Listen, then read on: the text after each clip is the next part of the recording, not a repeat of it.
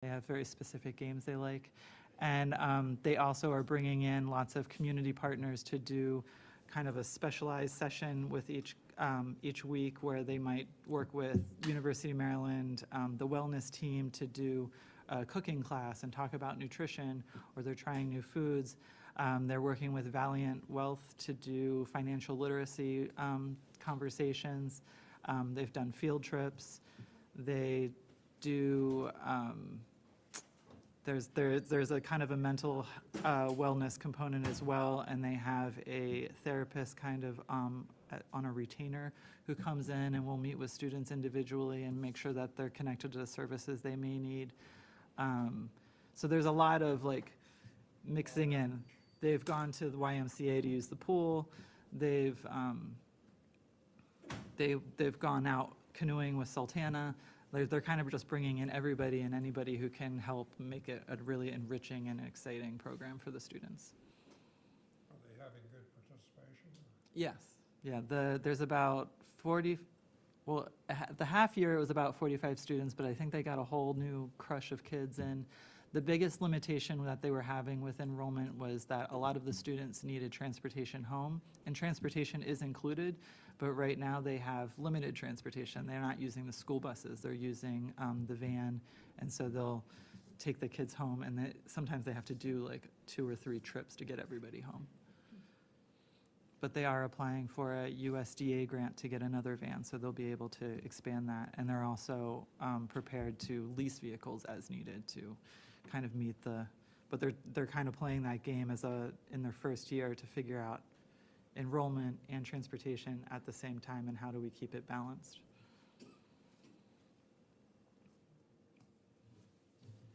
Hopefully the school will expand the after-school bus to the middle school next year too, and then we won't have to worry about that. If you had a late bus, you'd say running out of. The high school has a late bus now, Yes. and so if they were able to Yeah, expand like that the to the middle middle school. school, that would really increase enrollment, I believe. High school's late bus is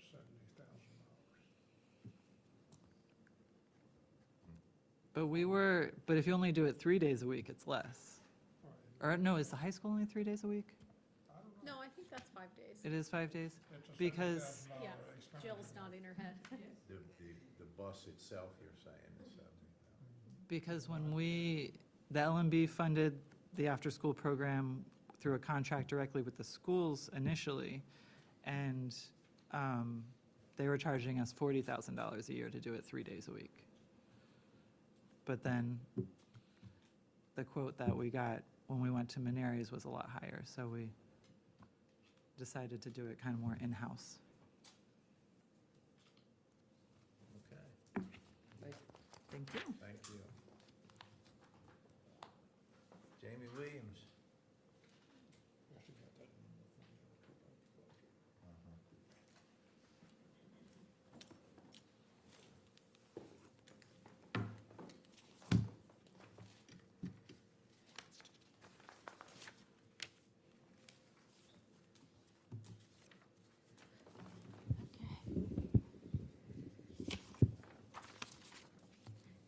All right, starting with Economic and Tourism Development's budget summary.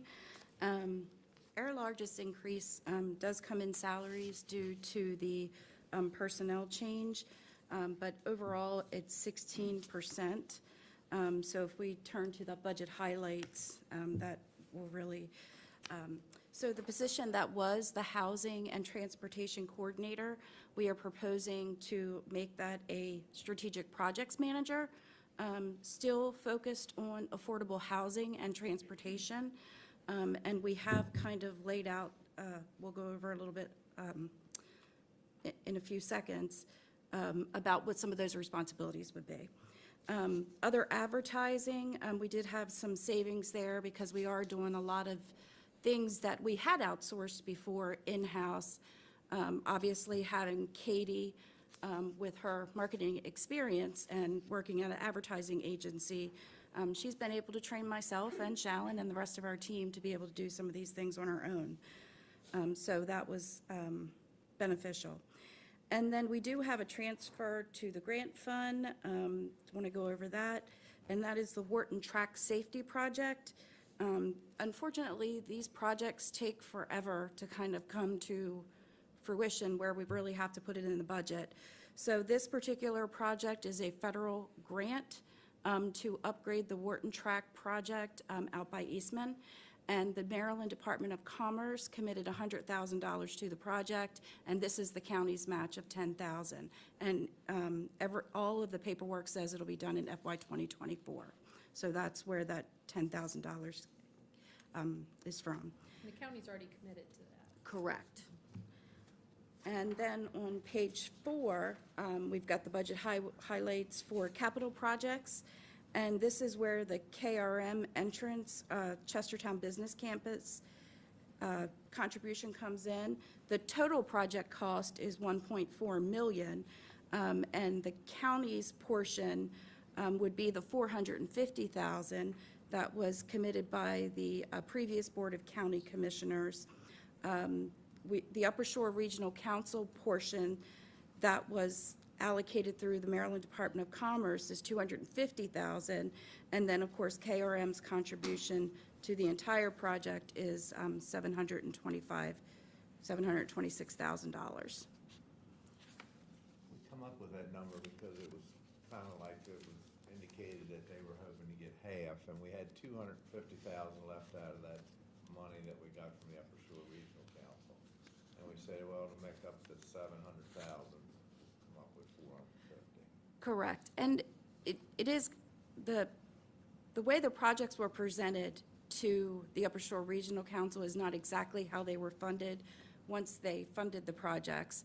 But the bottom line is, like for the Wharton project, the Billington project, and then the entrance, the 213 entrance, it still came up to the amount of money that the county was getting. It's just which pot does it come from? Does that make sense? On the personnel detail, you will see that, you know, obviously we added another, and we're going to take that policy out of there. I believe we already struck that.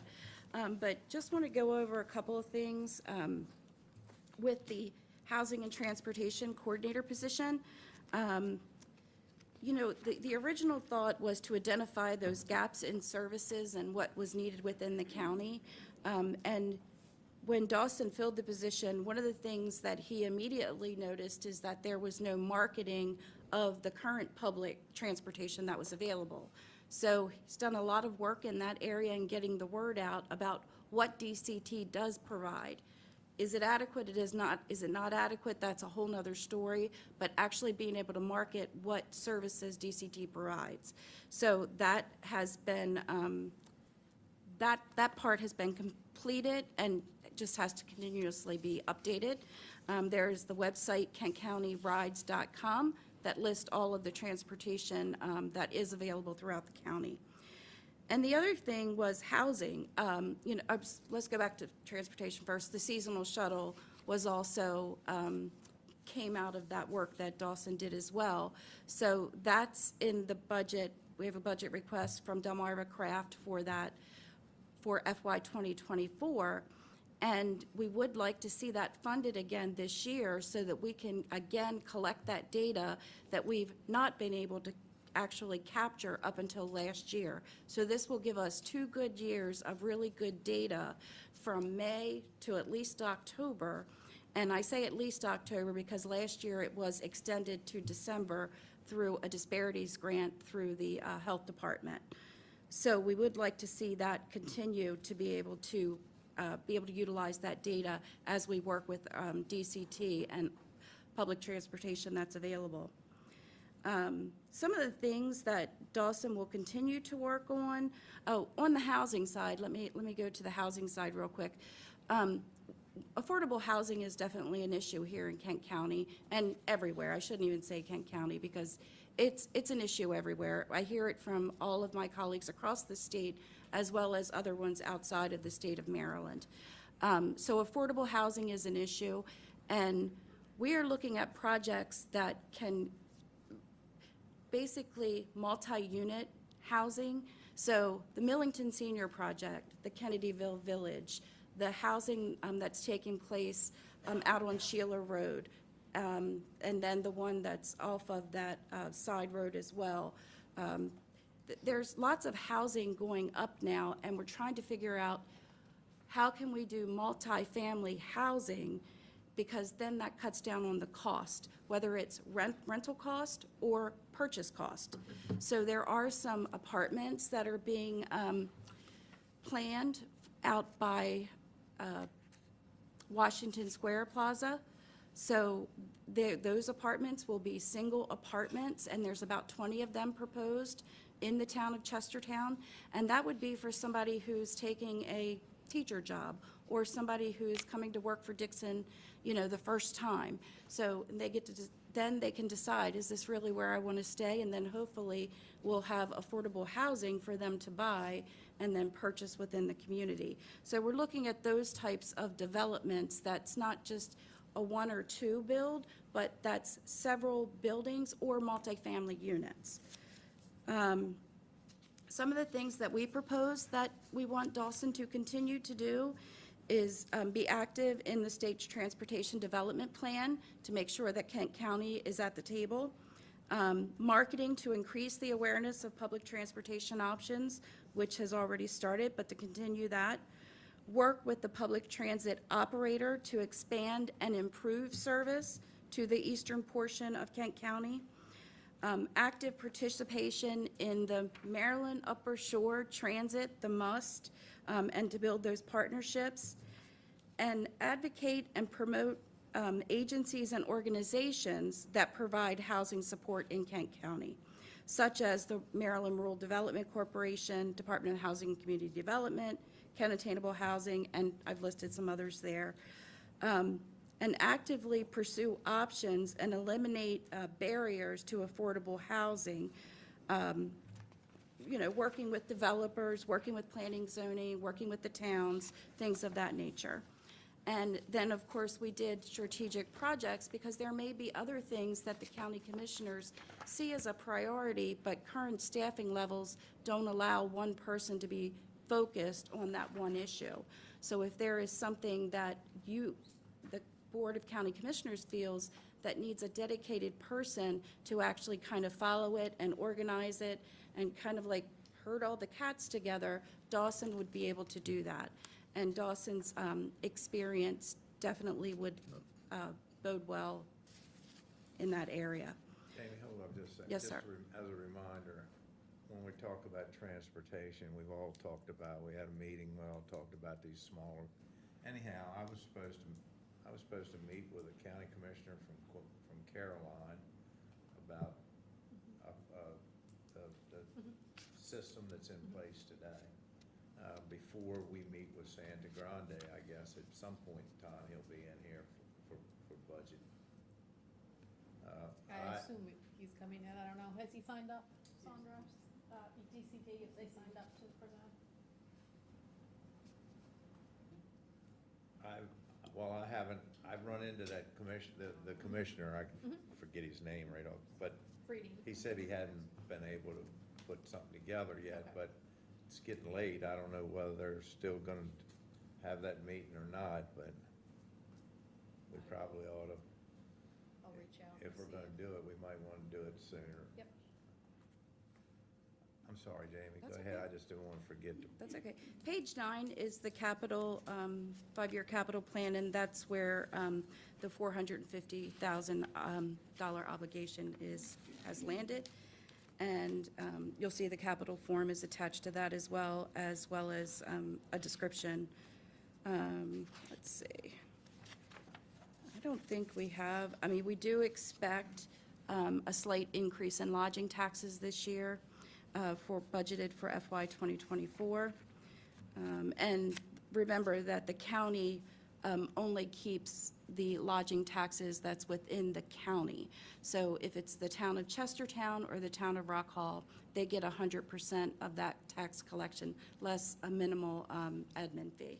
I think there's a little bit from Millington too, am I right about that? Yeah, and Betterton, yeah, there's some other small ones. Yep, tiny. Yep. So I think that's it. Is there any questions on economic and tourism development? I I think the big thing there is the addition of the position and the importance of that, to economic development within the county, having affordable housing and reliable transportation. We were very fortunate that the governor's office paid for that position for us for 3 years, but that's what the plan was a 3-year term. And then the county. Dawson's position. Okay. And then we have the hot desk budget request, and the budget is a little bit different this year because last year it was part of it was in my budget and part of it was in Public Works. And now we actually have a separate account where everything is broken out, which is good because remember, we changed from the Eastern Shore Entrepreneurship Center handling that, and they collect all the membership fees till FY 2023, which we've now been collecting them. I do have a change, which is good news, and I'll work with Pat to get this in there.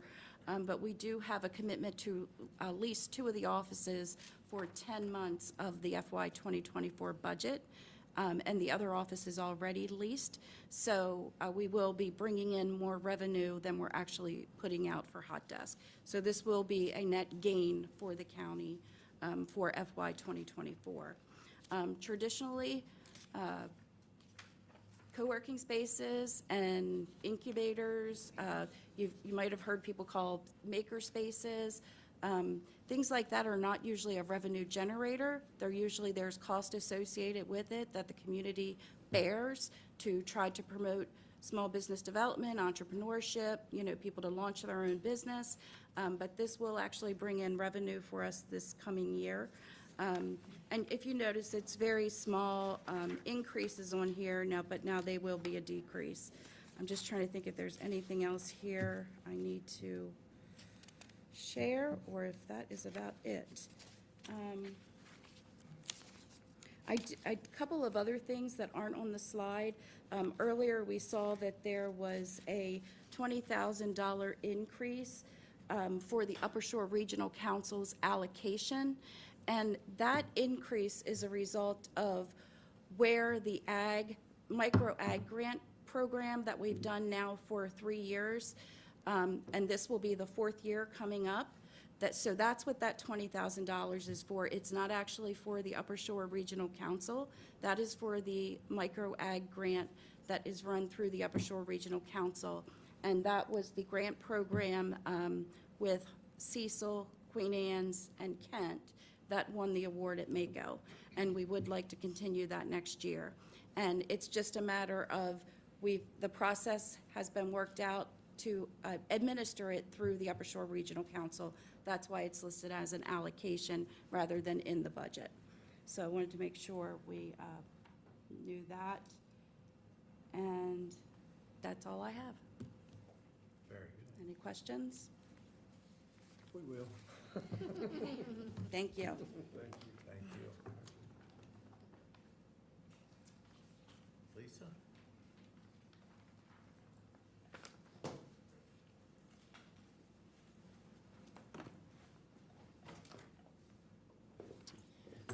Good afternoon. Is everybody up there as cold as I am? It's so cold in here. No, I guarantee you ain't. I'm sure Commissioner Price is just fine, if the rest of us are cold. You're welcome. Put on, take my job.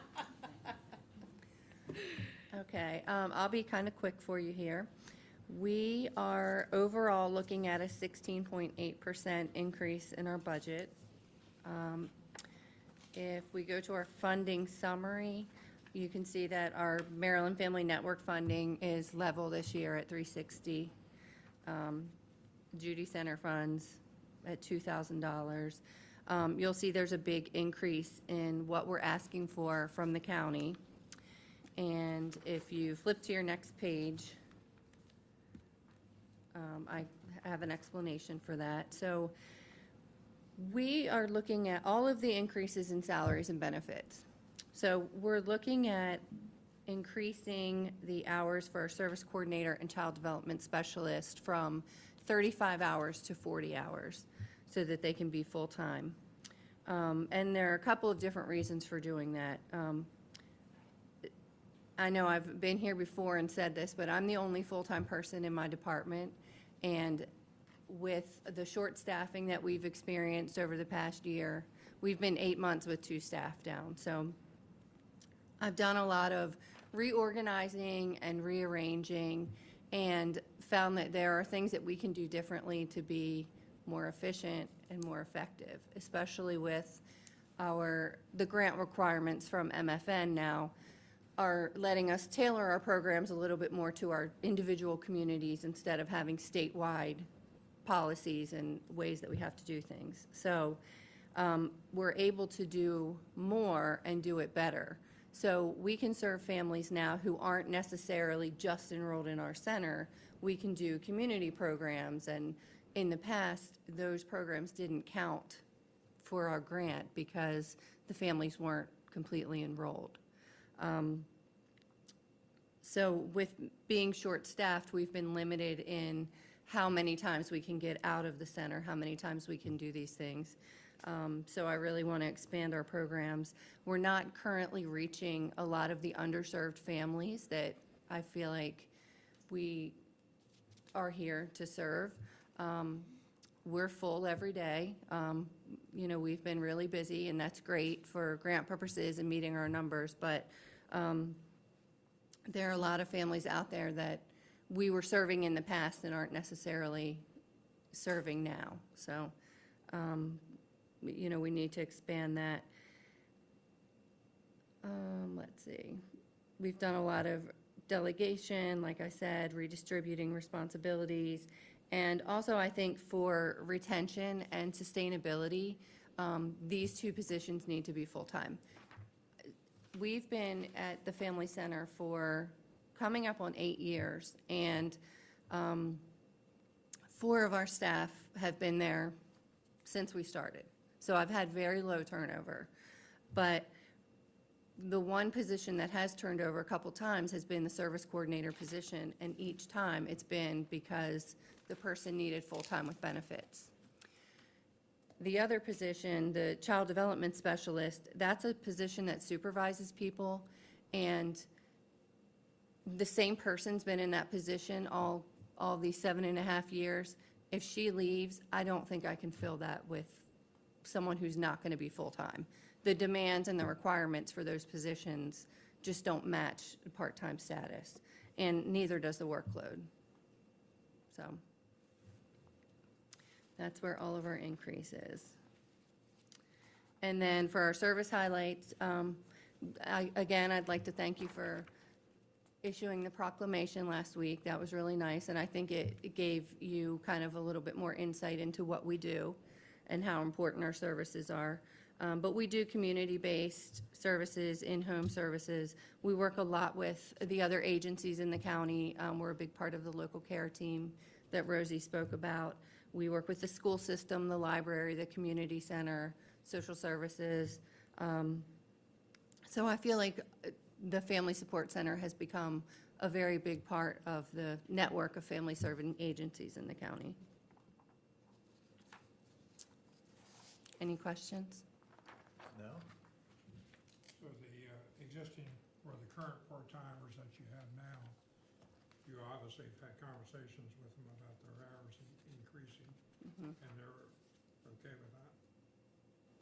Yes, they would certainly welcome that. Yeah.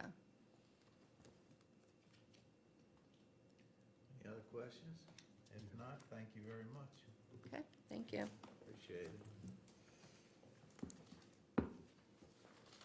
Mr. Miller, Good afternoon. how are you, sir? I'm good. I'm not sure if being late in the game is a good thing or a bad thing, so I'm going to assume that it's a good thing, and I'll try to make this painless. Unless Shelley's got a glass of wine she's getting ready to hand out here to some of us, we're probably gonna wind up here pretty soon, so. I'll try to make that work for you. We don't anticipate having happy hour this afternoon, but No, not we're exactly. getting close. Where are we? Okay. Well, as you can see, unlike some of my colleagues, I'm not coming to you and saying, hey, I saved a lot of money last year and I'm not going to spend it next year. Well, maybe you better go sit back until you figure that out. I should rethink the whole plan then, yeah. Definitely should have brought the wine. Aren't you still on probation? Yeah, I think he is. If he wasn't, he is I now. have a feeling I'm going to be on probation for a long time. Obviously, the salary item, there's a slight change there, an increased position, some changes in rates. The big issue is operating, and let me talk a little bit about that. There's really two big pieces to the operating expenses. The first one, I'll talk about the HRIS, the Human Resources Information System first. When I got here, one of the things I realized really quickly is that we needed to get the HR department to the 21st century when it came to automation. You heard from a couple of my colleagues earlier today, the detention center, planning and zoning, that they need to make a move towards better automation for their departments. We're in at least as a critical situation. Everything we have upstairs is manual, it's paper laden. It takes a lot more time to do any process than it would if we had an automated system. And we're also at risk. If we had something as simple as a glitch in the system and the sprinklers went off upstairs, I would lose all our personnel files. And we would spend, I can't tell you how much time trying to recreate 250 personnel files, some of which are this thick, because we have people who've been here a long time and have developed tons of certifications.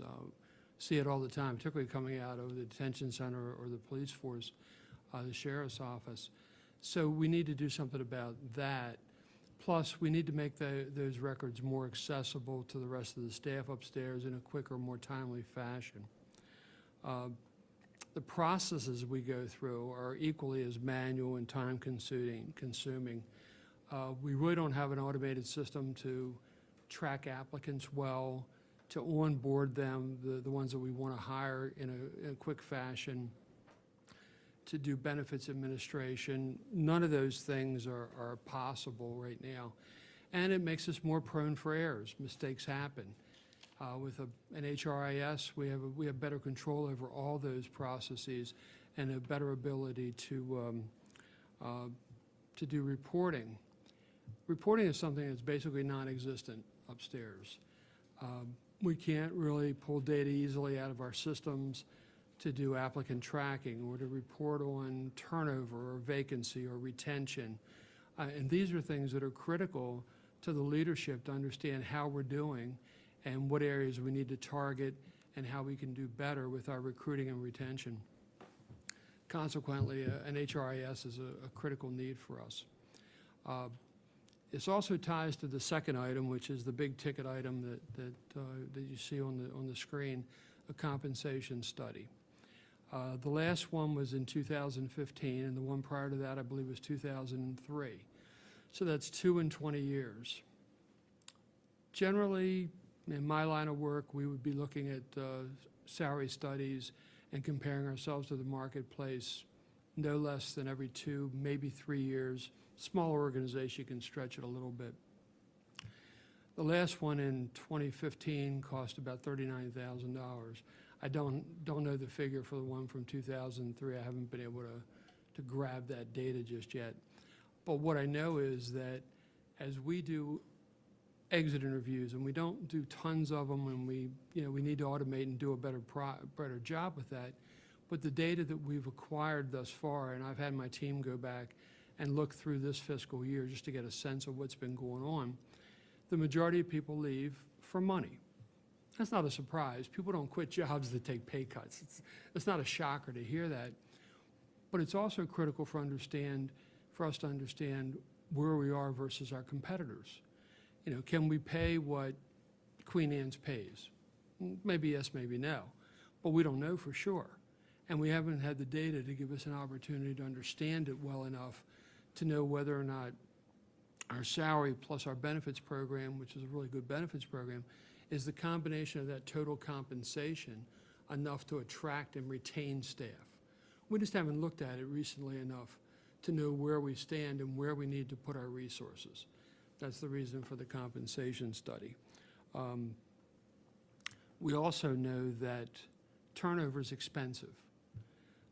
People will generally tell you it's less expensive to retain people than it is to recruit for people. When you lose people, you lose time, you lose productivity. It costs you money for replacements and overtime.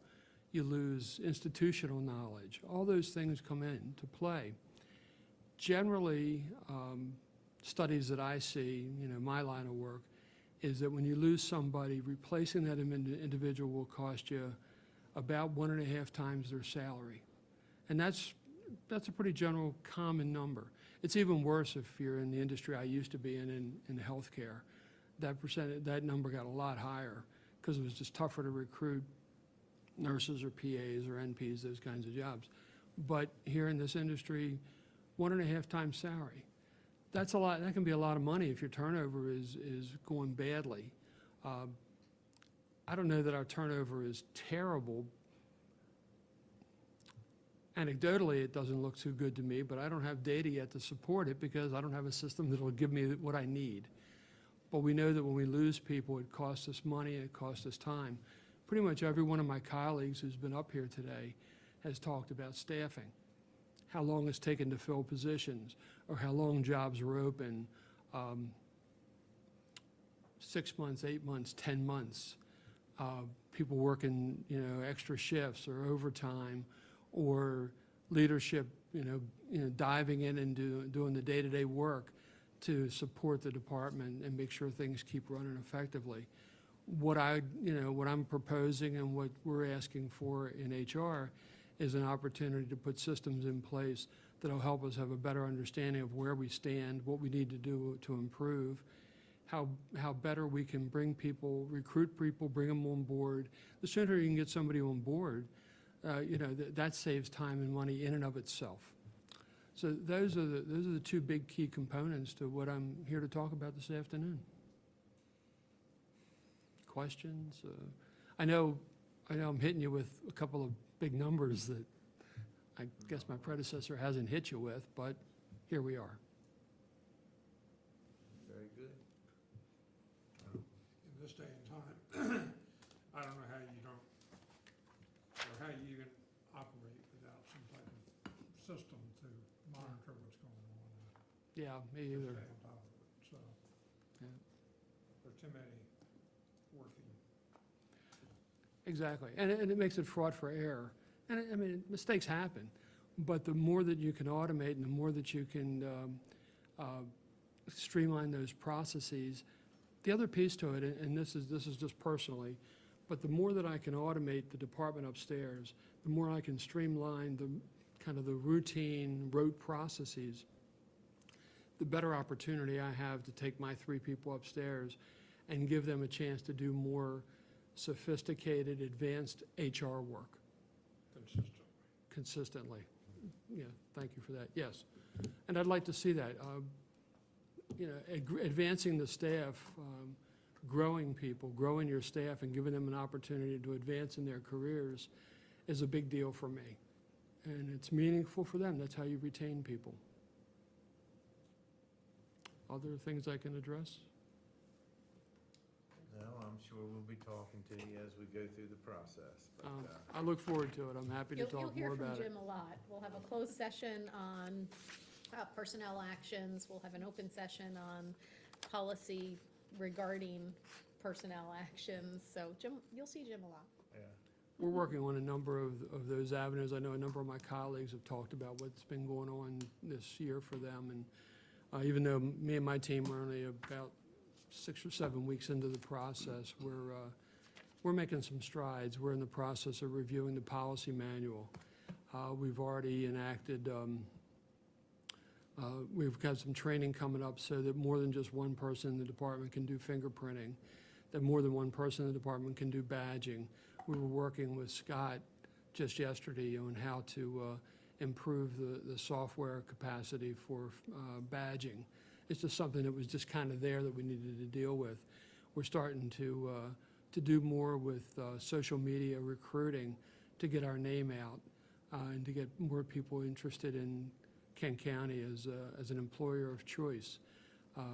We have some job fairs coming up at the college and at the high school, again, to get our name out, things that just haven't been going on for quite some time. And so in some ways, we're reinventing some of the wheels here, but that's where we're starting. Very good. Thank you all. Wait, insurance, insurance. Oh, I'm sorry.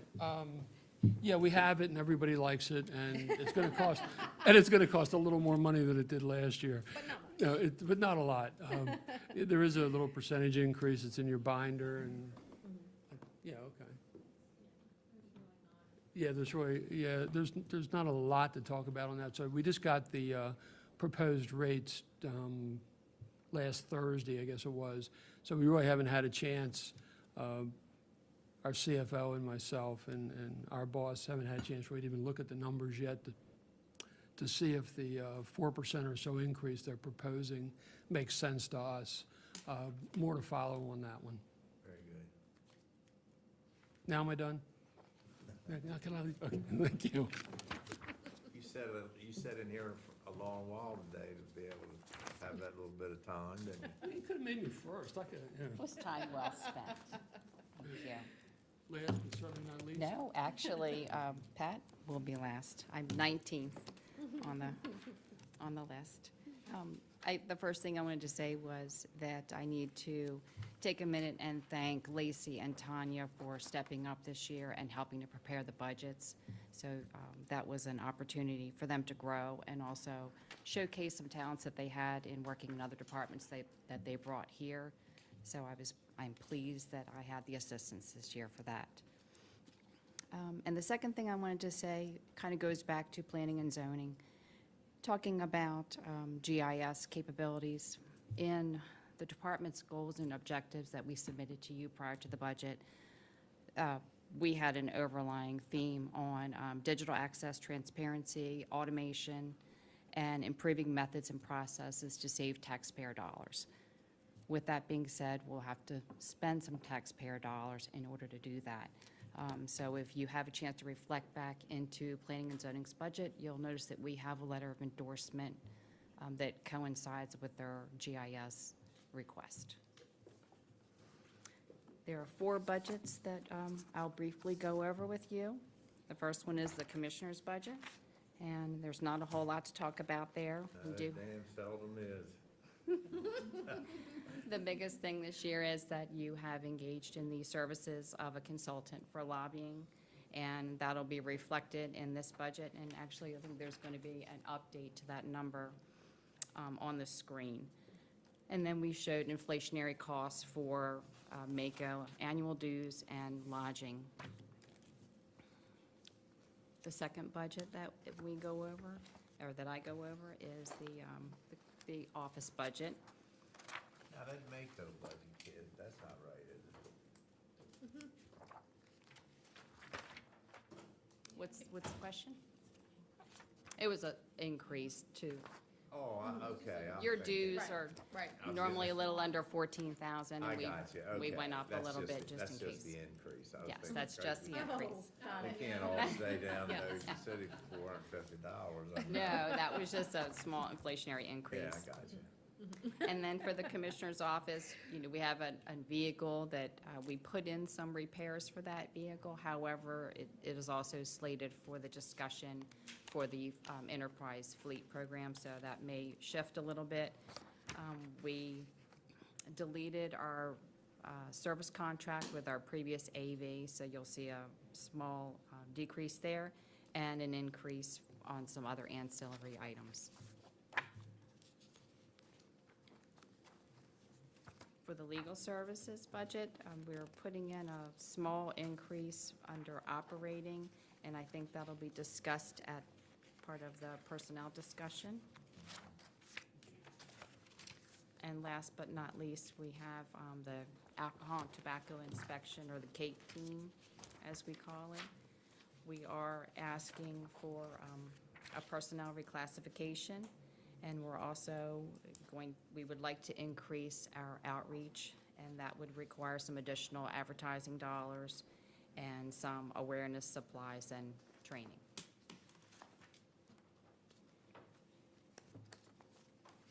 Do you have any questions for the budgets? Pretty self-explanatory. Thank you. Thank you. And we've got one more. We sure do. Short and sweet. The cherry on the icing on the cake. So.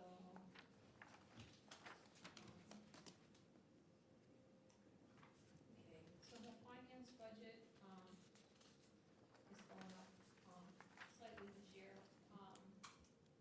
I have a position reclassification that I'll be talking to you about, I guess, when we have the closed session for personnel.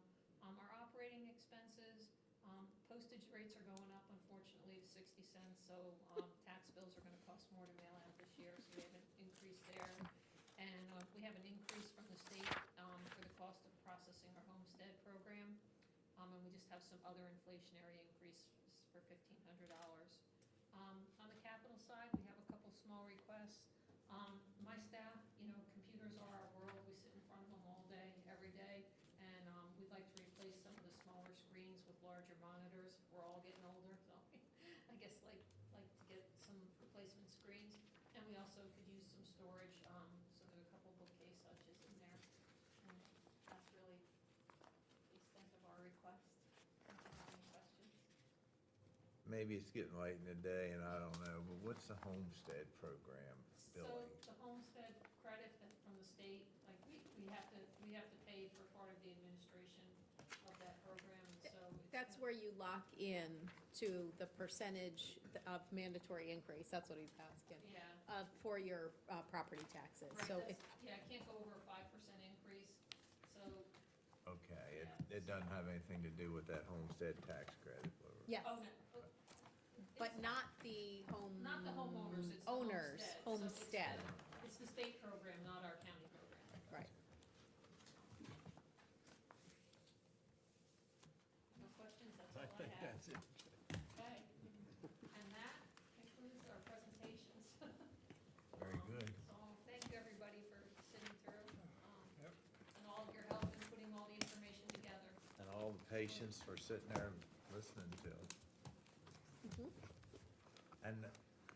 And the one amazing part, and I always do say that people, you sit through one budget session, you'll learn more about the county than anything you can do. And we're not close yet, because now we have the outside agencies to come in here. And It's then diving deep into each one of those requests. Yeah, like Upper Shore Aging, all those outside agencies that come in and make a pitch. School, the library. I see, I'm glad you mentioned that, the library. Real quick, I read in the newspaper they're thinking about buying And you're gonna see an increase in their request. They would like to buy a building. So along with buying a building comes insurance, you cleaning, answered my maintenance. question. So, I mean, they don't have the money to buy a building. Well, that's why they're coming to you. I understand that. I thought maybe they had gotten money from the state or the federal There's a government. likelihood that they would get some money from the state. Okay, well, thank you